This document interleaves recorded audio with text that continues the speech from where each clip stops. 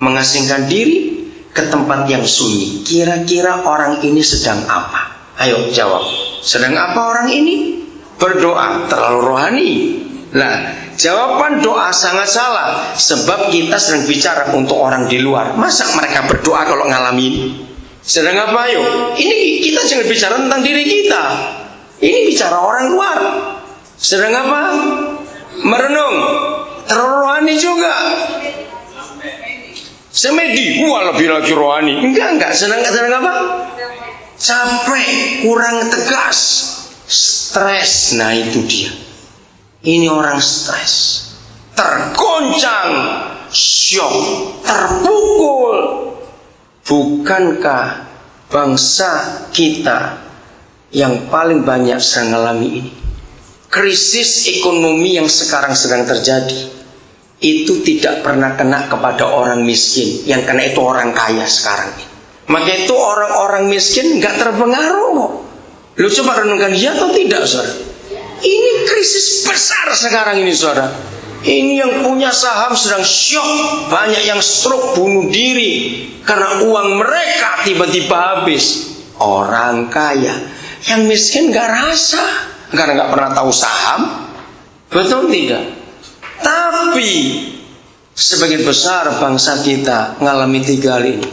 Mereka mau menyingkir, mengasingkan diri ke tempat yang sunyi karena stres. Bukan semedi, bukan berdoa, bukan merenung, tidak. Ini tergoncang.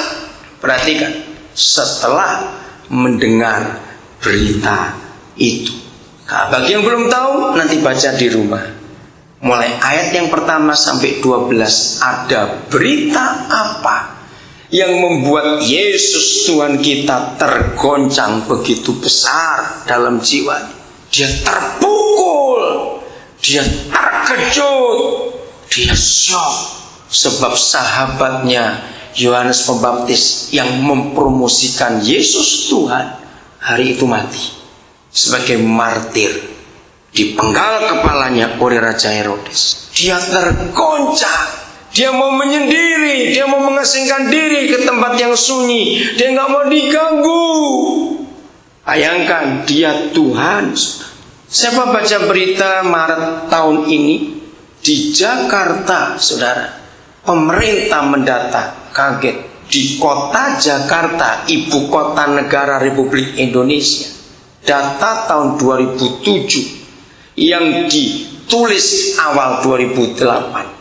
Setiap 1 dari 7 orang Jakarta itu pasti mengalami gangguan jiwa dan urusan dengan institusi mental. Mengapa? Dari semua penyebab 4 yang saya hafalkan, 1, karena polusi. Polusi udara, udara yang kotor itu mempengaruhi oksigen yang masuk ke otak, itu buat orang stres. Kedua, karena faktor ekonomi, berat hidup di Jakarta. Ketiga, karena macet, itu buat orang jadi gila. Yang keempat, karena faktor sosial, hidup berdesak-desakan. Ada lagi yang lain saya nggak hafal. Ngeri sekali. Maka itu jangan pingin tinggal di Jakarta, banyak orang gilanya. Maaf jangan tersinggung. 1 dari 7 orang Jakarta mengalami gangguan jiwa. Bukan gila, karena keadaan. Maka itu kenapa setiap kali liburan sedikit puncak macet? Karena orang mau menyingkir, orang mau mengasingkan diri ke tempat yang sunyi. Ternyata malah stres karena macetnya itu. Saudara bayangkan, waktu lebaran yang lalu, Jakarta Cirebon 18 jam naik mobil. Gila enggak itu? Orang mau menyingkir malah stres. Mari kita lihat kondisi Tuhan kita Yesus setelah tergoncang dengar berita itu. Kalimat berikut, masih ayat 13. Sudah sampai ke tempat yang sunyi, sudah tiba. Tetapi siapa? Kalimat berikut cepat baca. Tetapi siapa? Orang banyak mendengarnya. Dan bagaimana mereka mengikuti Yesus dengan mengambil jalan darat dari kota-kota mereka. Ketika Yesus mendarat, ia melihat orang banyak yang besar jumlahnya. Stop dulu. Ini kasus penting, saudara. Harusnya gereja situasi gereja, setiap kali gereja melihat orang banyak itu. Mari kita kembali kepada kasus awal. Tuhan kita stres, dia tergoncang, dia terpukul karena Yohanes Pembaptis dibunuh. Itu sahabatnya. Ketika dia sampai ke tempat yang dia tuju untuk menyingkir, mengasingkan diri, mau menyendiri, tiba-tiba orang banyak datang. Dia usir mereka. Ini yang luar biasa. Dia berkata, maaf, aku lagi stres, pulang dulu kamu, besok saya datang. Tidak, saudara. Maka itu saya tidak bisa terima. Kalau ada pendeta rumahnya pakai satpam, saya nggak bisa terima. Ini selebriti, satu hamba Tuhan. Maka itu kalau ada saudara bergereja dan gembala mau pakai satpam, cepat keluar sekarang juga. Saudara salah digembalakan oleh seorang artis. 4 kali lipat dosa hamba Tuhan yang punya satpam di rumahnya. Catat, beritahukan mereka. Nomor 1, dosa pertama, dia menghina malaikat. Lo katakan ya atau tidak? Siapa lebih sakti, satpam atau malaikat kalau jaga rumah? Jawab cepat. Ya malaikat. Dosa kedua, kalau hamba Tuhan pakai satpam rumahnya, maka tamu akan terscreening, tersaring dengan sendiri. Kalau datang pakai baby bench, pintu buka sendiri. Kalau datang pakai becak, harus ditanya dulu dari mana, mau apa. Maaf, kira-kira ya atau tidak? Nomor 3 dosanya ketiga, catat itu, beritahukan mereka supaya bertobat. Di mana ada Yesus, catat. Alkitab mencatat, di mana ada Yesus, rumah itu nggak pernah sepi, selalu penuh dengan orang. Maka kalau pendeta takut ditamuin orang, mereka bukan hamba Tuhan. Betul tidak, saudara?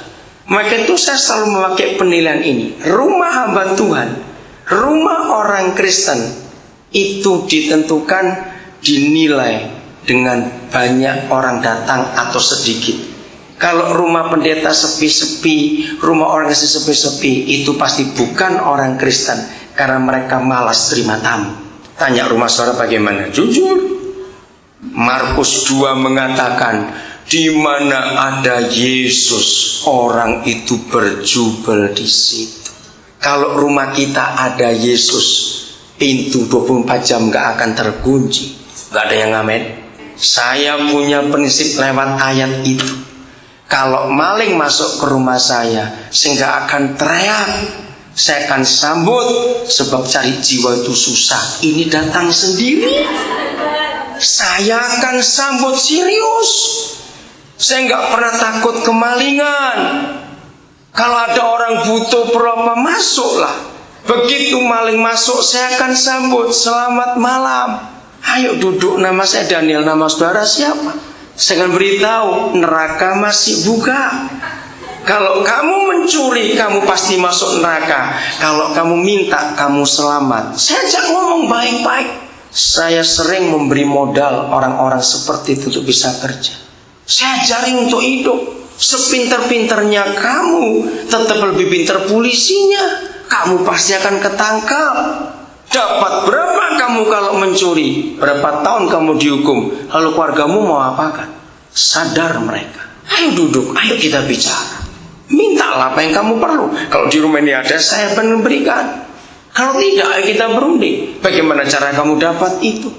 Ajari mereka untuk hidup yang benar. Sudah. Siap masuk maling malam ini? Loh, tanya-tanya. Siap rumah saudara kemasukan maling? Jangan diusir. Ada yang protes. Ya kalau dia bawa golok terus dibunuh. Nah, takut mati. Justru kalau Kristen takut mati itu belum Kristen. Walaupun bawa golok, ajak ngomong baik-baik. Letakkan golokmu. Percuma kamu bunuh saya. Saya mati masuk surga, kamu kemana? Ayo mikir dulu. Terangkan itu baik-baik. Itulah Kristen yang benar. Sasarannya adalah orang. Maka itu kembali kepada kalimat ini. Ketika ia melihat orang banyak yang besar jumlahnya, mengasingkan diri. ke tempat yang sunyi. Kira-kira orang ini sedang apa? Ayo jawab. Sedang apa orang ini? Berdoa. Terlalu rohani. Nah, jawaban doa sangat salah. Sebab kita sedang bicara untuk orang di luar. Masa mereka berdoa kalau ngalami ini? Sedang apa ayo? Ini kita jangan bicara tentang diri kita. Ini bicara orang luar. Sedang apa? Merenung. Terlalu rohani juga. Semedi, lebih lagi rohani. Enggak. Sedang apa? Capek, kurang tegas, stres. Nah itu dia. Ini orang stres, tergoncang, syok, terpukul. Bukankah bangsa kita yang paling banyak sedang mengalami ini? Krisis ekonomi yang sekarang sedang